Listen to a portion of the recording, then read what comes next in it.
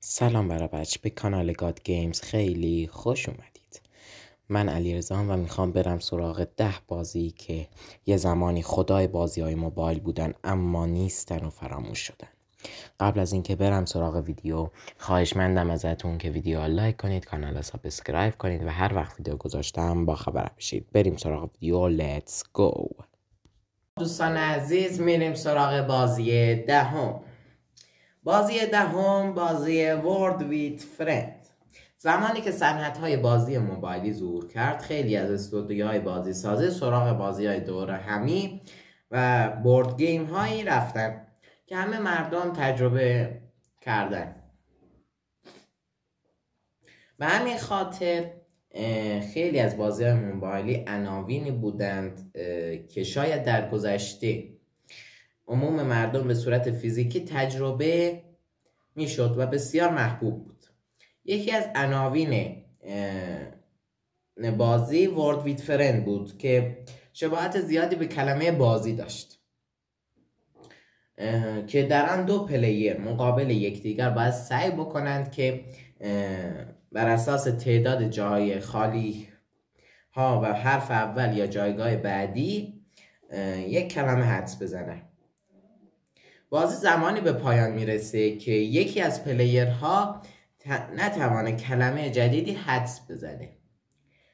این بازی به محض انتشار توانست طرفدارهای بسیار زیادی را دست بیاره. دلیل محبوبیت این بازی هم میتوان در این خلاصه کرد که این بازی به هیچ وجه مختص رده سنی محدودی نبوده و همه با هر سن و سالی میتونستن این بازی بازی بکنن و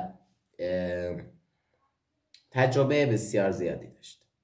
یکی از بهترین المانهاش این بوده که بازی همزمان اینجوری میتونستید 40 نفر با 40 پلیر دیگه هم بازی بکنید. این موضوع باعث میشده که لازم نباشه منتظر بازی کردن نوبت پلیرهای دیگه بشید و همیشه یک بازی آزاد در اختیار شما قرار داشت که بتوانید خود را سرگرم کنید. بازی نهم، دودل جامپ.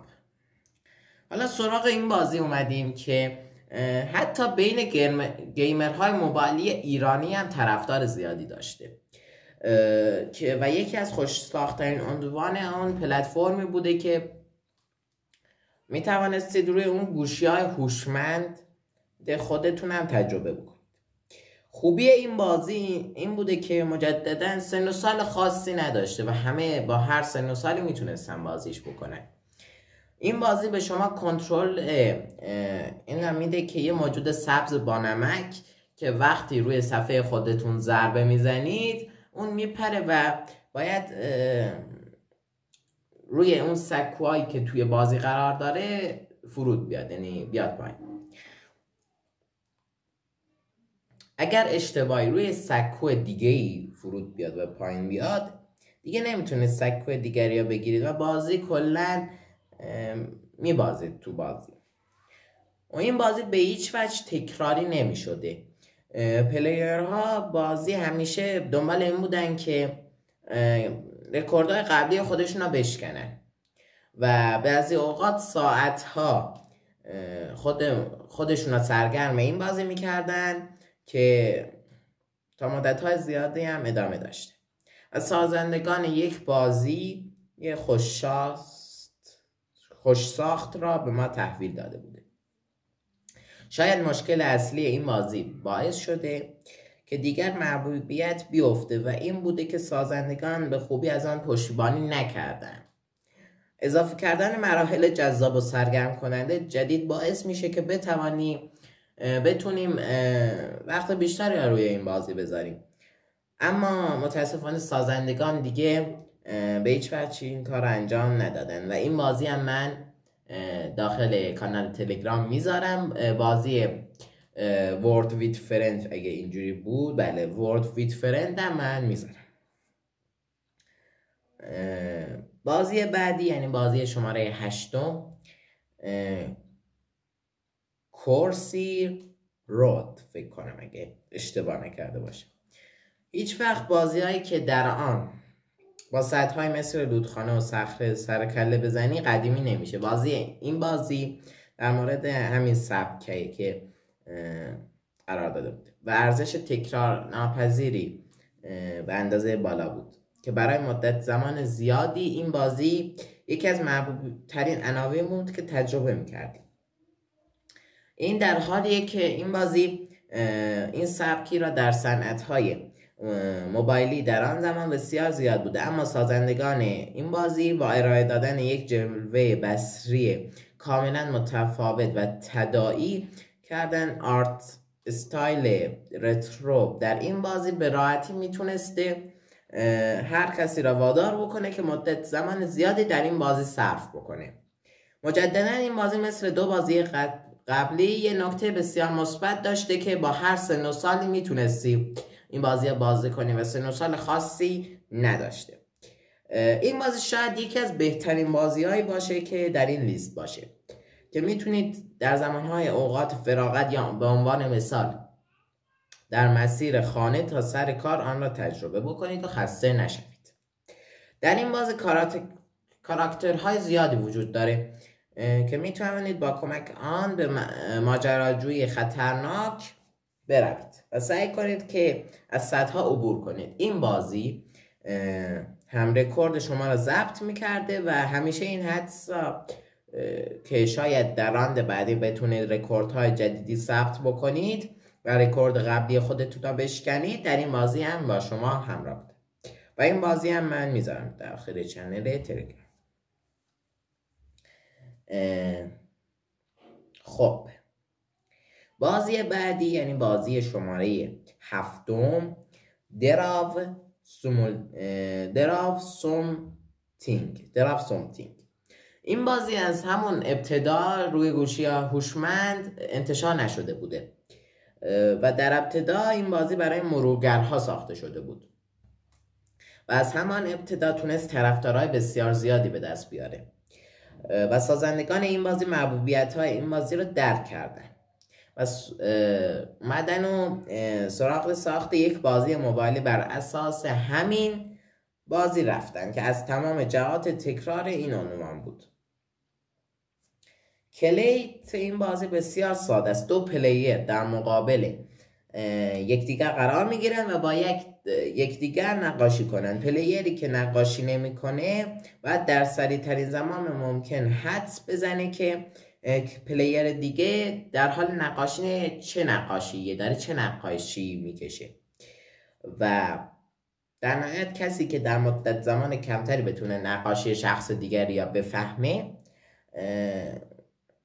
برنده بازی که این سازندگان بازی یک المان کاملا ساده استفاده کردن. شاید در ابتدا عجیب به نظر برسه، اما شک نکنید که با یکی از سرگرم کننده و البته اعتیاد آورترین بازی های موبایل روبرو هستید. رابط کاربری این بازی هم بسیار ساده است و نکته جالب اینه که به هیچ وجه لازم نیست نقاشی خوبی بکشید. اتفاقا اگه نقاشی خوبی نداشته باشید و سعی کنید یه شی و سوژه یا نقاشی کنید، بازی براتون سرگرم کننده میشه. این موضوع باعث میشه که تعامل بین دو پلیر بسیار کمدی تر بشه. این مدت هاست که از محبوبیت این بازی میگذره و دیگر پلیر در آن بازی پیدا نمیشه، اما هنوز میتونید با دوستانتون این بازی جذاب تجربه کنید، اما متاسفانه از انتشار خارج شده این بازی البته.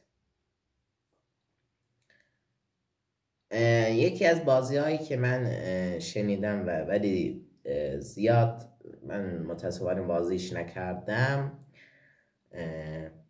این بازی بوده که جت پک جوی رایت. بله این بازی یکی از بهترین عناوین سایدا اسکرول در بین بازی‌های موبایلی بوده که به هیچ وجه بر آن پایانی در نظر گرفته نشده. شما تا ساعت‌ها میتونستید این عنوان جذاب را تجربه بکنید و به هیچ وجه احساس نکنید که زمان برایتان گذشته و به همین خاطر این بازی توانسته محبوبیت زیادی پیدا بکنه. سیستم کنترل این بازی اینجوری بوده که هر کسی به راحتی میتونسته بدون هیچ مشکلی تجربه کنه. در این حال بازی‌های دیگری که در همین سبک و سیاق ساخته شده، اما به جرئت میتوان گفت که این بازی بهترین پیاده سازی در بین تمامی این عناوین ارائه میداده. شما با لمس کردن صفحه جت پک یک کاراکتر خود را روشن میکردید و اگر انگشت خود را روی صفحه میذاشتید جت پک خاموش میشد. برمیداشتید. به همین سادگی شخصیت اصلی میتونست کنترل کنید. اما این تنها موضوعی که خودتون میتونستید کنترل کنید و بازی کمی فراتر از این بود. هر چقدر در بازی رو به جلو حرکت میکرده سرعت آن بیشتر میشد و به مرور زمان کنترل بندی و زمان بندی برای روشن و خاموش شدن جت پک بسیار سخت میشد. و همین راحتی ممکن بود که بعد از ثبت کردن یک رکورد خوب تنها 1 ثانیه غفلت بازی را ببازید و از اول برگردید به اول بازی. بازی چندم بود؟ چند بود؟ ششمی، پنجم. الان پنجم. بازی پنجم. پلنتس ویسی زامبیز. گیاهان در مقابل زامبیا که خیلی شنیدید، خودم من بازیش کردم و بسیار بازی خوبیه که نیازی به معرفی هم نداره. یکی از محبوب ترین بازی های موبایلیه که این محبوبیت به اندازه زیاد شده که در قسمت های متفاوت برای منتشر شدن و حتی کمپانی الکترونیک آرتز یک بازی ویدیویی با بودجه بالا با همین نام و اساس برای گیم پلی اصلی بازی اما به شکل 3 بعدی ساخته شد. این بازی در سبک دفاع از قلعه ساخته شده بود. شما یک باغ در اختیار دارید که باید مداوم در مورد حمله زامبی ها قرار میگیرید. نحوه دفاع کردن شما بدین شکله که شما با کشتن یک سری گیاهای زنده از این باغ دفاع میکنید. گیاهانی که شما میکارید قابلیت حمله کردن به این زامبی ها دارن. در ابتدای به تنها گیاهان ساده‌ای در اختیار دارید، اما هرچه که سطح و لول شما بالاتر میره میتونید گیاهان بیشتری در اختیار بگیرید، اما به همین شکل تعداد زامبیا بسیار بیشتر میشه و در این حال بازی شما زامبیای جدید و تهدیدهای جدیدتری را ارائه میده.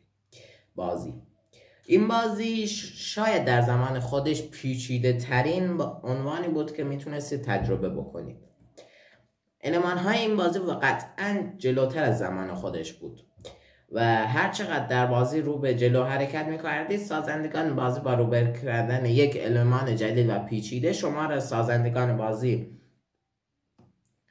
سورپرایز میکردن. توصیه میکنیم که حتما این بازی ها تجربه بکنید که بیشترتون هم تجربه کردید. لینکش هم میذارم اگه کسی بازی نکرده بازی بکنید. و بازی چهارم، راستش به خود بدونید هنوز نمیدونیم که چرا این بازی در این لیست قرار دادیم، اما به عنوان یک بازی نوستالژیک نمیتونستیم به راحتی از اون عبور کنیم، به خاطر اینکه بازی هنوز پلیرهای زیادی داره و حتی استریمرها و تولید کننده محتوای زیادی هست که تولید محتوا دارد با این بازی که اسمش هست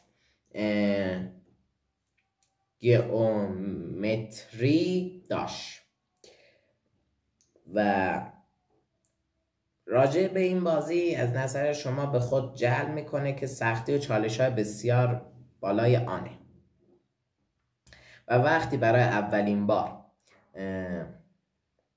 سازندگان بازی تا این اندازه سعی کردن که بازی را برای شما سخت بکنن، این همین موضوع در زمان انتشارش برگ برنده بود. به خاطر این بازی آن المان معروف را داره که دوست داریم با تجربه کردنش بیش از حد به خودمان ثابت کنیم که اندازه توانایی داریم که بتوانیم آیین بازی را به اتمام برسانیم. که این بازی بارها ما را به زمین میزنه و نمیتونیم به راحتی مراحل را کنترل کنیم. اما اعتیاد آور بودن این بازی بیشتر از آنه که به خیال اون شویم. شما یک شی در بازی کنترل میکنید و باید سعی کنید که با حرکات متفاوت آن را از سطح‌های مختلف مثل نیزه‌ها و سکوهای قلبی رد بکنید. اما به مرور زمان این سطح‌ها بیشتر میشه و سختی اصلی بازی زمانی به شما فشار میاره که با سطح‌های متحرک روبرو میشید که به هیچ وجه با شما مهربان نیستن. این بازی هم میزن و این بازی از نظر من خیلی بازی خوبی بود، خدا وکیلی. اینم الان که دارم میگم این بازیه. فروت نینجا چه بازی بود، خدا وکیلی. یکی از خوش ساخت ترین بازی های موبایلی در زمان خودش. تمام المان هایی که یک بازی به استادانه ترین شکل ممکن به پلیرهایش ارائه میداده این بازیه. به اندازه محبوب بود که خیلی ها فقط برای تجربه کردنش سراغ خریدار گوشی‌های هوشمند رفتن و به نوعی این بازی صنعت‌های بازی موبایل را پر رنگ تر کرد. در این بازی شما یک نینجا هستید و یک کاتانا در اختیار دارید. روی صفحه شما میوه‌هایی روی صفحه ظاهر میشه و قبل از اینکه از صفحه خارج بشه شما باید سعی کنید که آنها را خرد بکنید و بتوانید امتیازهای بیشتری به دست بیارید.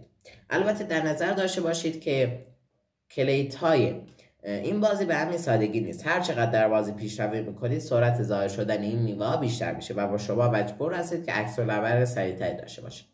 در این حال که بعضی از اوقات جای میوه بمب‌های وارد صفحه میشه که اگر انگشت یا بهتره بگوییم کاتانا شما به اون برخورد بکنه بازی برای شما تمام میشه. این بازی مدهای مختلفی ارائه میده و همین خاطر هیچ وقت این بازی احساس تکراری برای شما نداشت. همچنین جلوه های بصری این بازی